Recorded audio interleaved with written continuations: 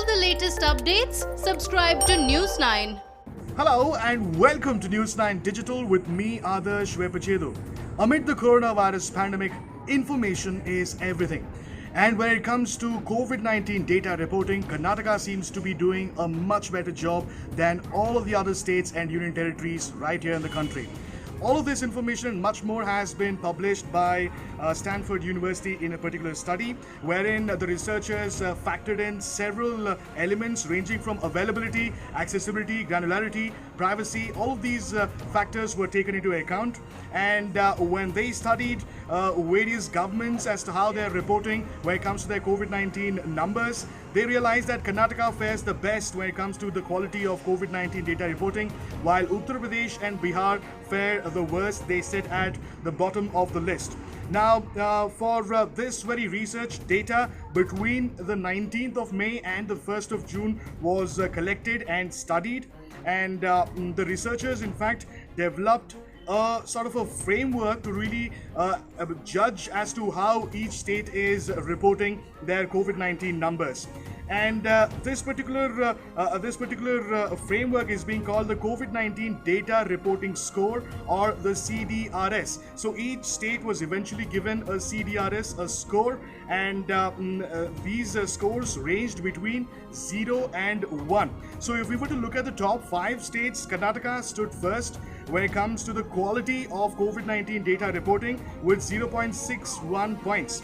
And Kerala came in second with 0.52 points, Odisha third with 0.51 points, Puducherry Union Territory with 0.51 points in the fourth position, and Tamil Nadu also sharing the spot with 0.51 points. Now, the trend of COVID-19 data was graphically provided in all of these 5 states, in the sense that it was easy to really understand and digest. So when it comes to these very states, there was district-wise stratification of the total confirmed cases, the number of recoveries, and also the deaths. So there was information that was properly documented, and anybody could really access and understand it as well, which is why you have those 5 states at the top. Now, when it comes to the bottom 5 states, Uttar Pradesh, Bihar, Meghalaya, Himachal Pradesh, and Andaman and Nicobar Islands, they all have the CDRS score between 0 and 0.17. And when it comes to the national average, it is sitting at 0.26, which is still very poor reporting at this point in time.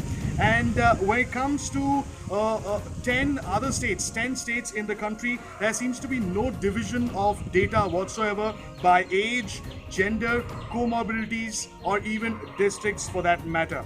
So obviously, if you were to look at the big picture, there is a lot of difference, there is a lot of disparity when it comes to the CDRS score between one state to another, and that essentially points out at 3 things. One is that there is clearly a lack of unified framework. There is no one system that each and every state is following across the country, and yes, a few states are doing certain things better than a few other states. So obviously, these few states that have got certain things right can always go out and help a few other states that may not be doing things so well. So that is not happening in the country. That is something that the study has observed, that there is a lack of coordination among the states, and also there is a certain amount of inequality in access to information. For example, Bihar happens to be one of those states that is releasing all the daily numbers only on Twitter.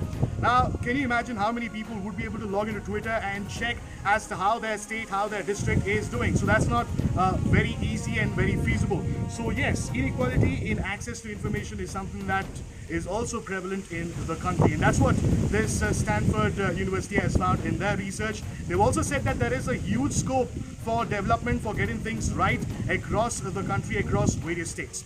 If you like the information that I've shared with you, do not forget to like, share, and subscribe to News 9 on YouTube, Facebook, Instagram, and Twitter. Many thanks for joining us.